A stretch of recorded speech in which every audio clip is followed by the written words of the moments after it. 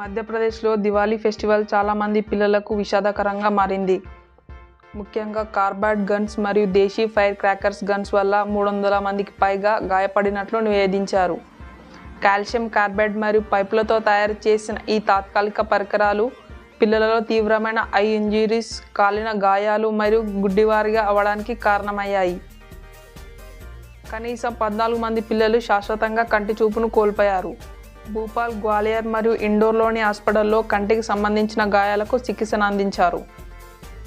Madhya Pradesh government ఈ పరికరాలు అమ్మకం, కొనుగోలు మరియు నిల్వలను నిషేధించింది మరియు పోలీసులు అమ్మిన వారిపై కఠిన చర్యలు తీసుకుంటున్నారు. మీ పిల్లలను కార్బైడ్ గన్స్కు దూరంగా ఉంచండి.